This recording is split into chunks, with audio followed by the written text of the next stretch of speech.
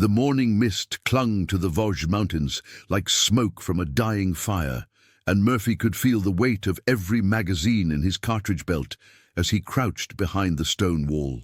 6 hours had passed since Lieutenant Hansen's voice had gone silent on the radio. 6 hours since the German artillery had turned their advance into a desperate scramble for cover among these ruined farm buildings. The M1 carbine in his hands should have felt familiar, reassuring even, but something about its lightness troubled him now, as if the weapon itself knew how little ammunition they had left. The mission briefing seemed like something from another war now. Secure the crossroads, establish contact with the French resistance, hold until the main force could exploit the gap in German lines. Standard procedure for the 3rd Infantry Division's push through the snow-choked forests of eastern France, January 1945. Nobody had mentioned the machine gun nests hidden in the tree line, or the mortar teams that seemed to know exactly where American infantry would take cover. Nobody had prepared them for the way the winter fog would turn every advance into a blind stumble toward muzzle flashes.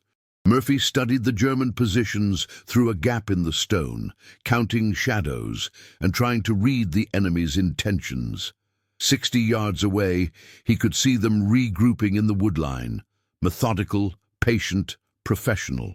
They weren't rushing because they didn't need to. 8 Americans trapped in a cluster of bomb-damaged buildings, running low on ammunition, cut off from support. Time was on the German side, and they knew it.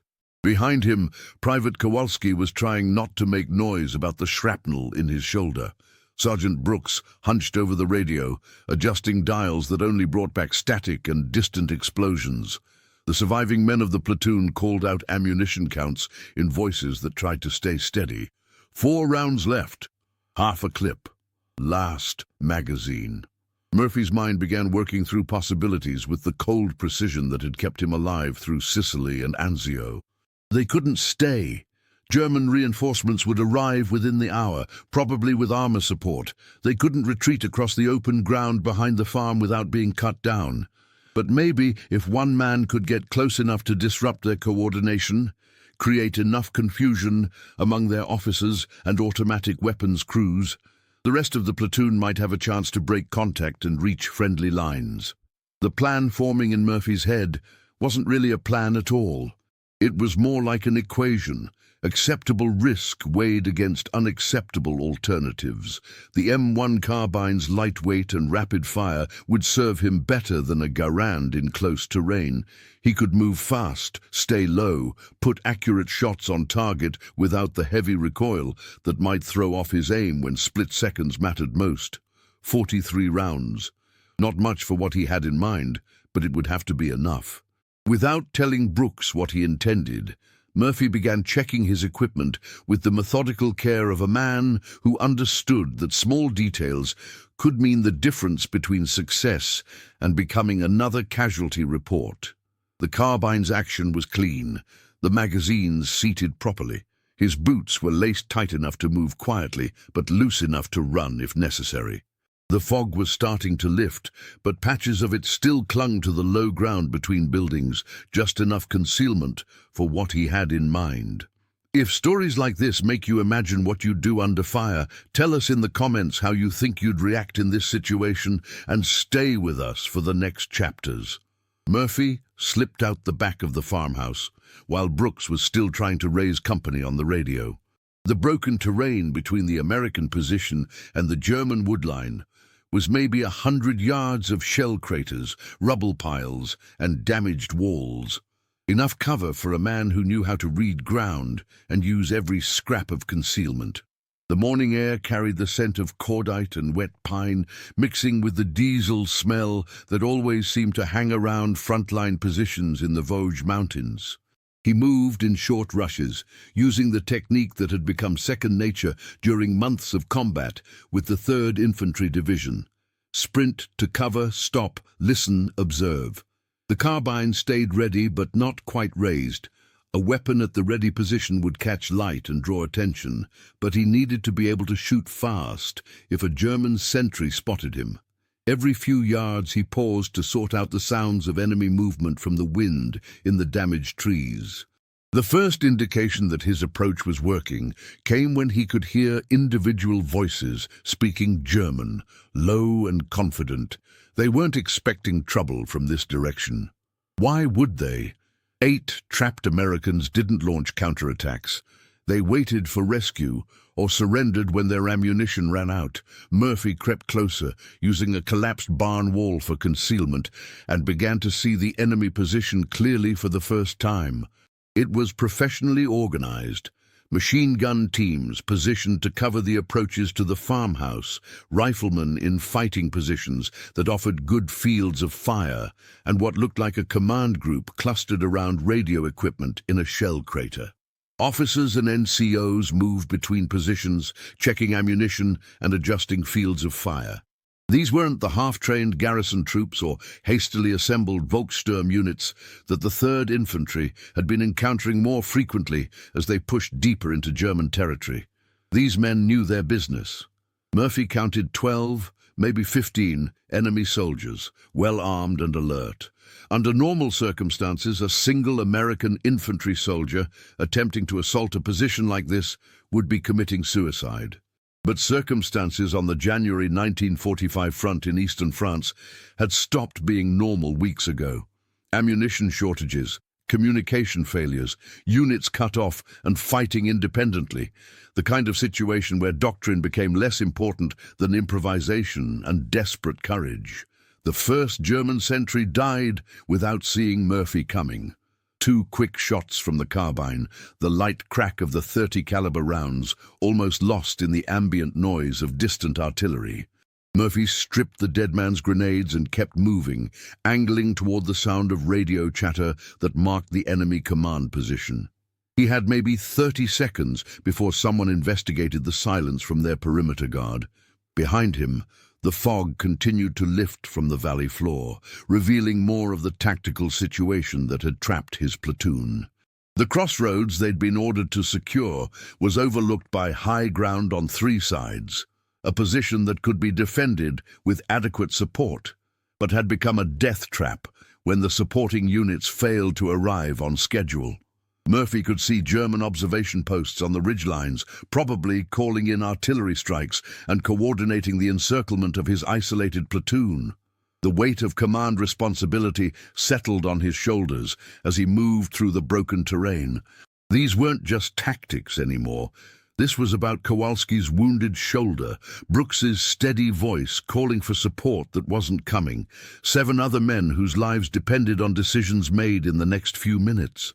The carbine in his hands represented more than personal survival now. It had become the instrument of a calculation that balanced individual risk against collective survival. What followed was 3 minutes of movement and violence that would replay in Murphy's memory for decades afterward.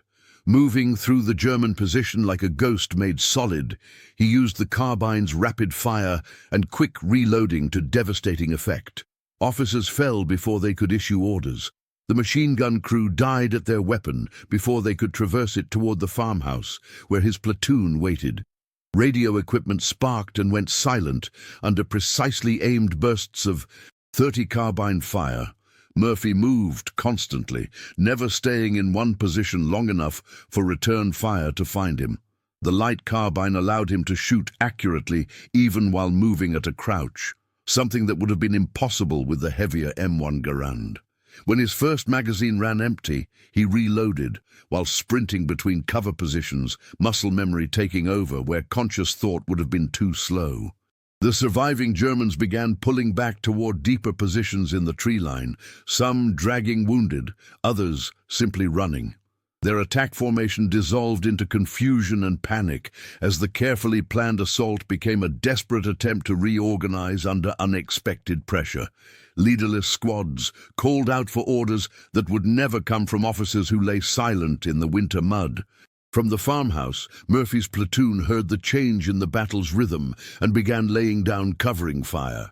Sergeant Brooks' voice carried across the broken ground, steady and professional. "Advance by squads. Kowalski, stay with me. Murphy, where the hell are you?" The crossroads that had seemed like a death trap minutes earlier was suddenly clear of enemy infantry. Murphy found himself kneeling in a shell crater, hands shaking as he reloaded the carbine with his last magazine. The fog had almost completely lifted now, revealing the full scope of what had happened.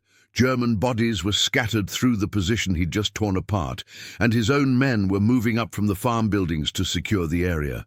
The tactical problem that had seemed impossible to solve 15 minutes ago was over.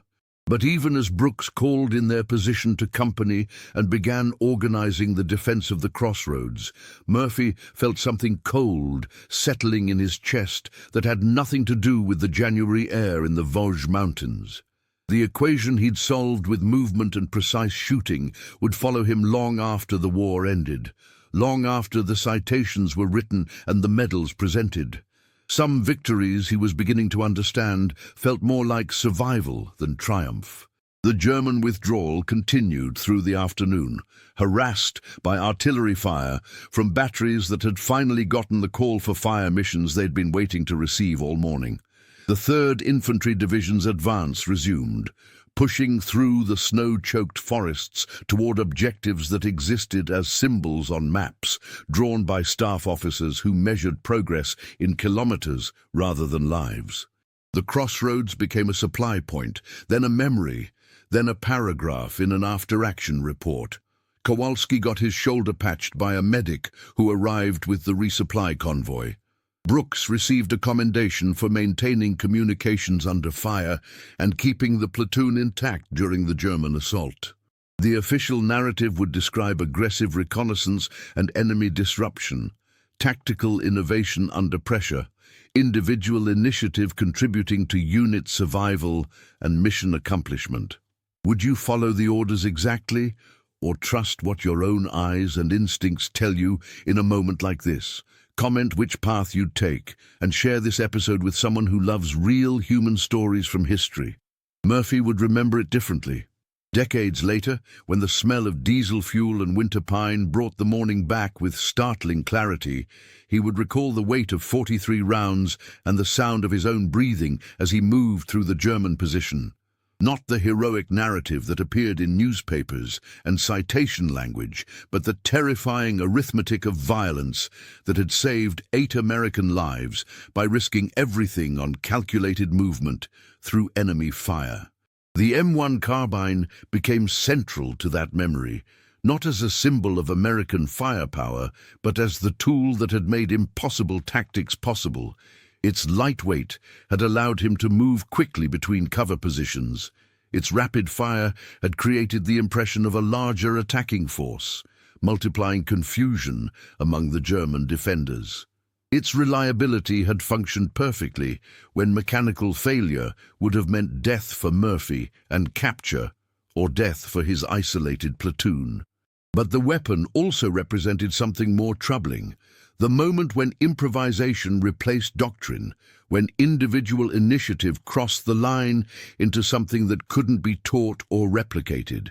Military training prepared soldiers to follow orders and execute standard procedures. It didn't prepare them for the psychological aftermath of decisions made when standard procedures would have gotten everyone killed. The weeks that followed blurred together in Murphy's memory. Advances through winter forests, fighting in French villages with names he couldn't pronounce, casualty reports that grew longer as the 3rd Infantry Division pushed deeper into German territory. The war was ending, everyone said so, but the Germans seemed to be fighting harder as they fell back toward their own borders.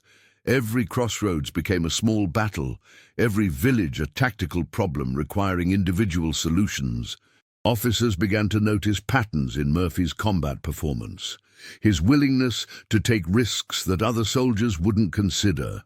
His ability to read terrain and enemy positions with an accuracy that seemed almost supernatural. His reluctance to talk about his actions after the fighting ended. The combination of effectiveness and emotional distance that marked soldiers who had crossed lines that couldn't be uncrossed. The official recognition came later. medals and citations that translated desperate improvisation into language appropriate for military records and public consumption. The Crossroads action became an example of individual initiative and tactical innovation, a case study in small unit leadership and aggressive reconnaissance. The human cost of that initiative, the weight of memory that Murphy would carry for the rest of his life, didn't appear in any official document. Brooks understood some of it.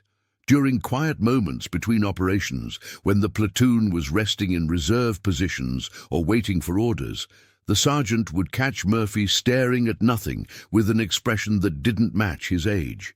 "You did what you had to do," Brooks said once, not asking for a response. "The rest of us are alive because you did what you had to do." Murphy nodded but didn't speak. How could he explain that doing what had to be done was becoming easier each time? And that fact scared him more than German artillery. How could he describe the moment during the assault, when fear had transformed into something colder and more efficient, when individual survival had merged with tactical necessity to create a kind of violence that felt both natural and alien? The central secret that Murphy would never fully share, not even decades later when historians asked detailed questions about his actions in the Vosges Mountains, was how simple it had felt in the moment. Not heroic or dramatic, but mechanically straightforward, a series of small problems solved with available tools and basic infantry skills. Move, shoot, move again, use terrain for concealment, conserve ammunition, prioritize targets based on immediate threat to mission accomplishment. What the citations and after-action reports couldn't capture was the absence of conscious heroism in the decision. Murphy hadn't advanced into the German position because he felt brave or patriotic or angry. He'd moved forward because staying in place meant watching his platoon die slowly, and retreat meant abandoning positions that other units were depending on them to hold. The choice had been tactical, not moral, though the consequences would be moral for the rest of his life. The German soldiers he'd killed weren't faceless enemies from propaganda posters.